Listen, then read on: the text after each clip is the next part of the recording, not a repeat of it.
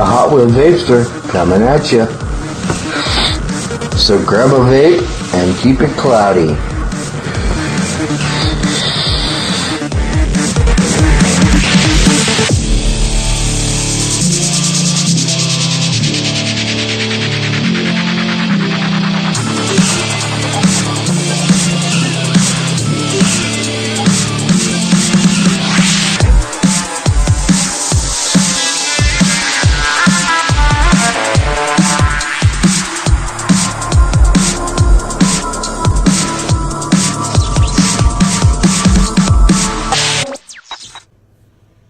What's going on, everybody? You are back with the Hot Wheel Vapester.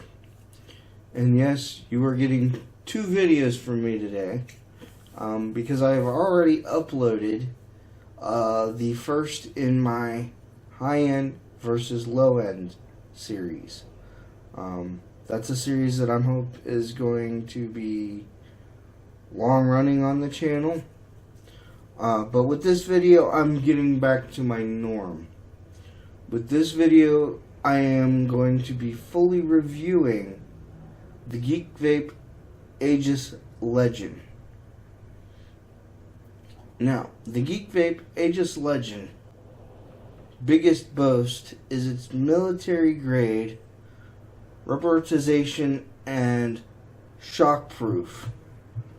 But the question is, does it hold to that? And in my opinion, yes it does.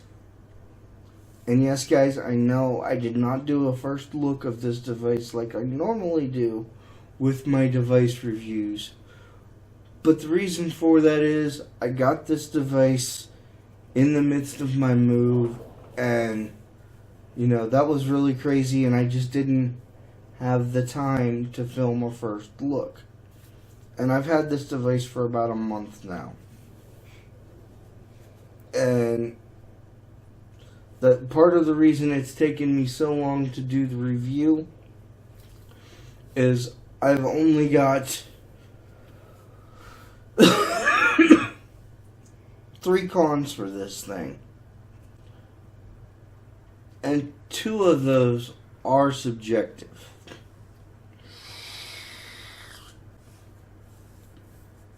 So let's get into that, because that's a short list. My first con with this thing is a subjective con, because once you get used to it, it's not a problem. But when you first start using this, the battery door is a little bit rough on it. But like I said, once you get used to it, it's as smooth as butter. My next con for this, again, is a subjective con. You're only going to be able to fit up to a 24, maybe a 25 millimeter atomizer without any overhang on this thing. The other con that I still have a major issue with is the fact that the menu system is not easy. There really is no menu system. You really just have to shoot in the dark and figure out which buttons do what. Because I know if you're like me, those manuals are extremely hard to read.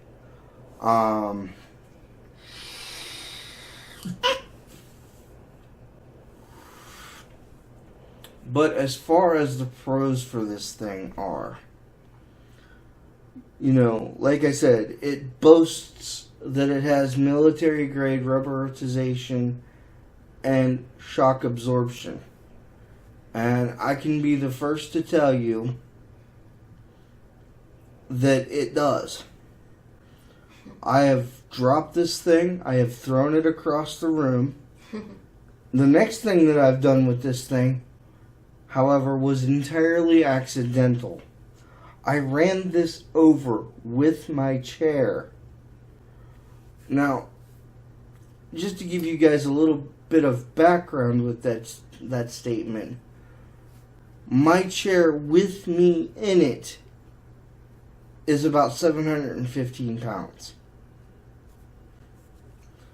And as you guys can see, there is not a mark on it.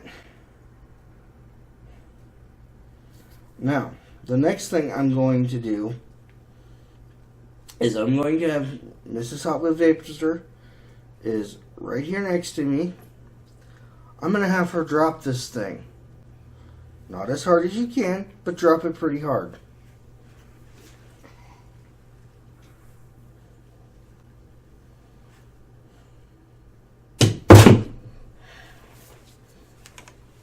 Bounces pretty well.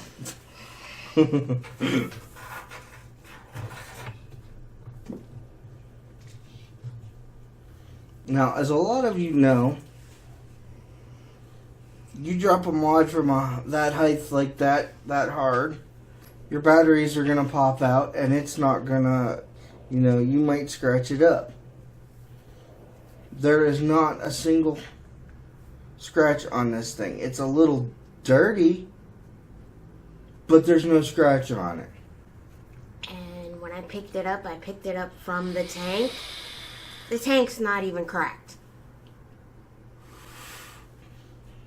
But that in and of itself has nothing to do with the actual mod. It was how it landed. I think it does. Oh? Yeah. Fill us in. In that the mod has the rubberization, right? Military grade. That, I feel, protected the tank when it landed. How did it land, though? I didn't see that. Like that. Yeah, it is raised a little bit, so yeah, it might protect your tank. That I can't officially speak to because I did not see that. And I grant you, when I did throw this thing across the room, when I did drop it, most of the time, I didn't have a tank attached. Now, mind you,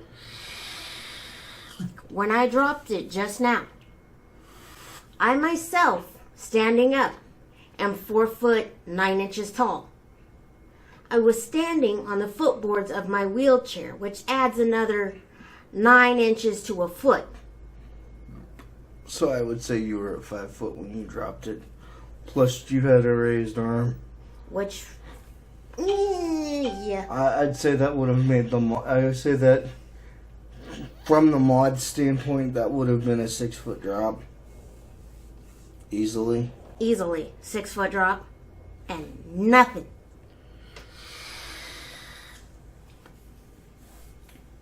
So the shock absorption and the rubberization are the real deal. But you can have the strongest mod in the world, but if it doesn't feel great in the hand, you're not going to use it. This, I don't know whether it's pleather or if it's actual leather on the back here, but I mean, it feels great in the hand. It doesn't get too hot. And the button on this is a minor trigger. I'm not going to say it's 100% like the feeling of the mag here, because it's not. But it does feel just about as good in the hand. Now, I will say, there's a major difference in where I dropped that from, and say if you took a backhoe to the top of Mount Everest and dropped it. Yeah, then I don't think it's going to hold up. Yeah. Of course, at that height, I don't think there was much of anything that would hold up. Yeah, no. But. But with all of that being said, this mod feels great. It's a dual 18650 device. And like I said, once you get used to it, even for me, the battery door is fairly easy. And I've had some problems with some battery doors, let me tell you. But like I said, this is fairly easy once you get used to it. this mod will actually be featured in my high-end versus low-end series. And it's actually going to be featured twice.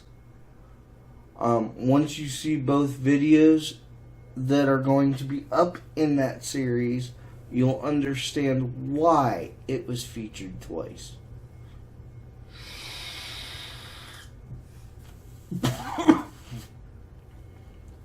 Now, like I said, there are a few cons with this, but they're mostly subjective, and I've already been over those.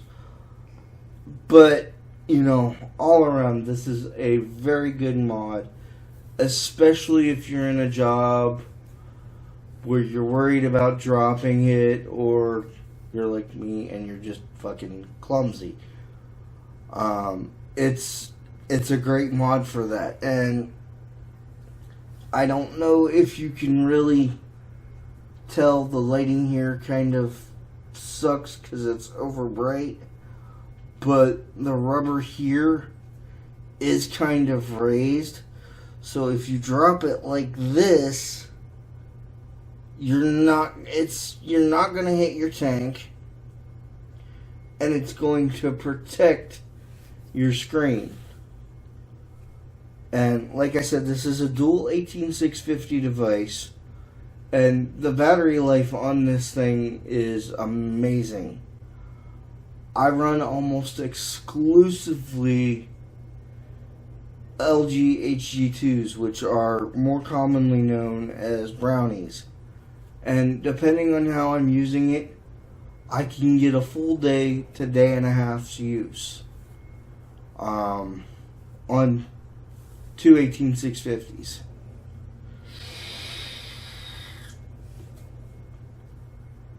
The price point on this, and I did buy this at a brick and mortar.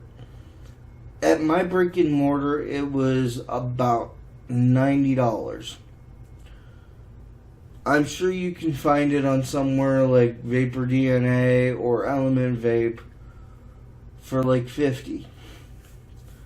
And the question is, does this deserve to be in your collection? And my honest opinion is yes. This is probably the best mod that I have seen come out of the mid-range to low-end price range in a very long time. It is right up there with the mag, in my opinion, because you guys know that for a very long time, the mag was my favorite mod that I owned that's not a custom mod.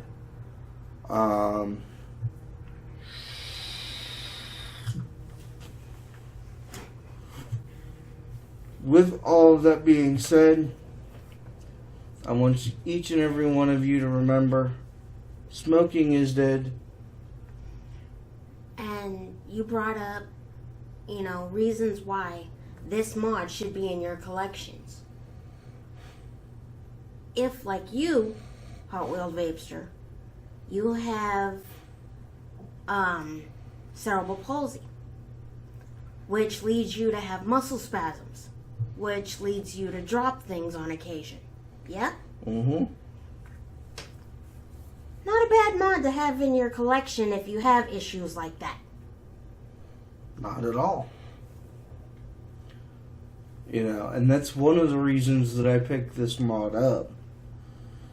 I mean, this was quite literally, I'd thought about picking this mod up, but at the time I picked it up, it was an impulse buy.